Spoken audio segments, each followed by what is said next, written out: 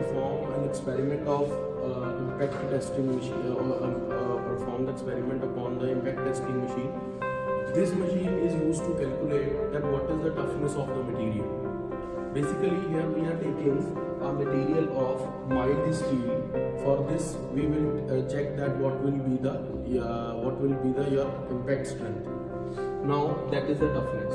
Now you know that there are three types of load which act upon the body. We have done in the theoretical class also. That is, first is your gradual load, second is your impact load or the falling load, and third is the sudden load. In this case, we will be only taking your impact load, because you know it is clear from the machine that is the impact load testing machine. In this also there are two categories of machine, that is the digital reading for calculation of the impact strength, and second is the manual. We will be doing the experimentation for the manual machine. Let us see the components of the machine of impact strength testing machine. This is your starting from the top. I'll take this is your hammer, which will strike upon the specimen, or which is allowed to flow onto the specimen in this direction.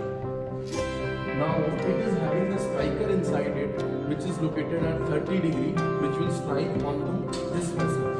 So this is your this is your hammer. Its weight is 2.212 kg.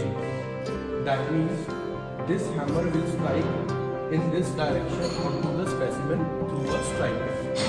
Second thing is that this is located at 135 degree. In the case of Charpy test, there are two types in which we do the testing, for the IZOD and for the Charpy.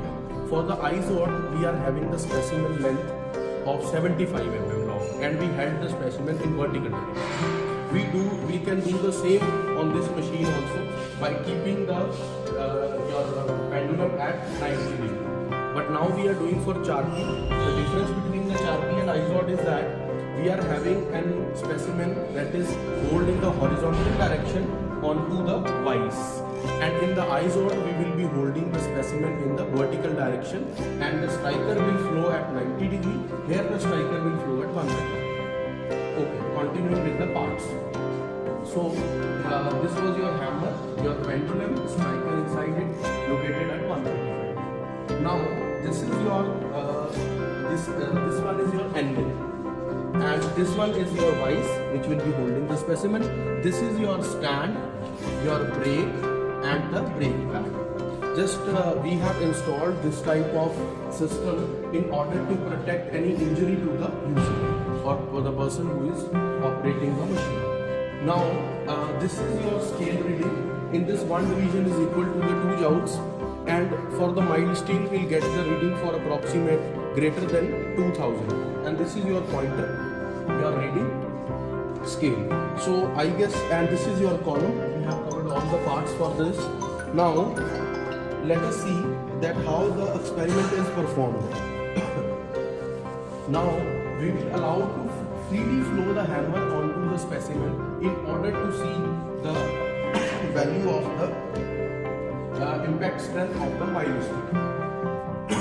Let us allow to flow the specimen. Now we have seen that the specimen has breaken out.